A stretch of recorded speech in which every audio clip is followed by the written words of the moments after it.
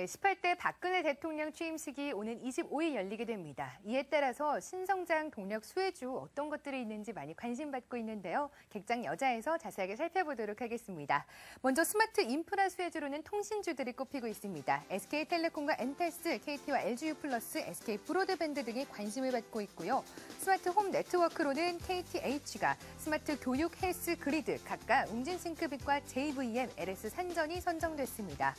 식품 안전대책 관련주로는 현대그린푸드와 CJ프레시웨이가, 에너지 정책 수혜주로는 한국가스공사와 SK, LED 정책주로는 금호전기 등이 꼽히고 있습니다.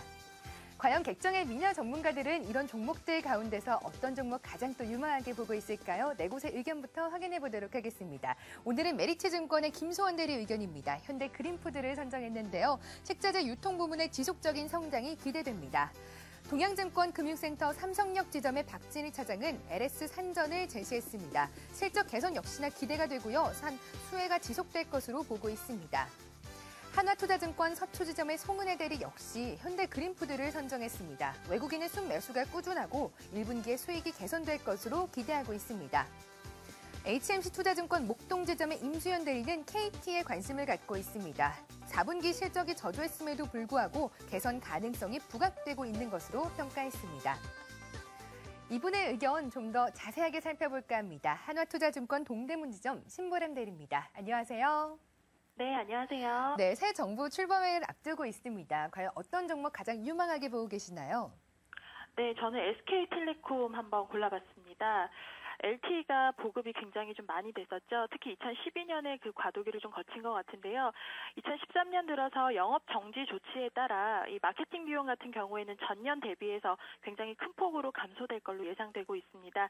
새 정부의 통신요금 규제안 중에서 가입비 폐지라는 이제 규제안이 있는데, 이에 따른 비용 감소 효과는 좀 제한적일 것으로 판단을 하고 있고요. 4분기 매출과 영업이 각각 전년 동기 대비 5.9%, 53% 정도 증가할 것으로 예상되고 있습니다.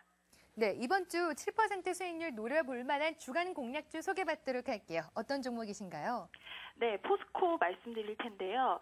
지금 동아시아 철강 가격이 좀 강세로 돌아섰습니다. 이를 배경으로 추락과 인상이 계속 진행 중인데요. 당연히 수익성 회복으로 좀 이어질 것 같습니다.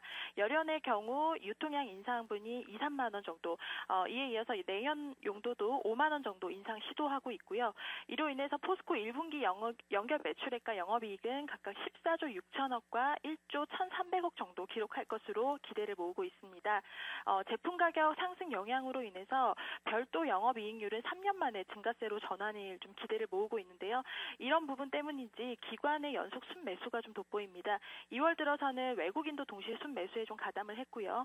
그래서 가격 같은 경우에는 목표가 40만 원 제시를 해드리고, 손절가는 60일 이평선 부근인 34만 5천 원 말씀드리겠습니다. 네, 이번 주 주간 공략주 손절선은 34만 5천 원 선을 설정해 주셨습니다. 이번 주에 좀 더 강한 흐름 기대해 보도록 하겠습니다. 객장여자 오늘은요, 한화투자증권 동대문지점 신보람 대리와 함께했습니다. 말씀 감사합니다. 네, 감사합니다.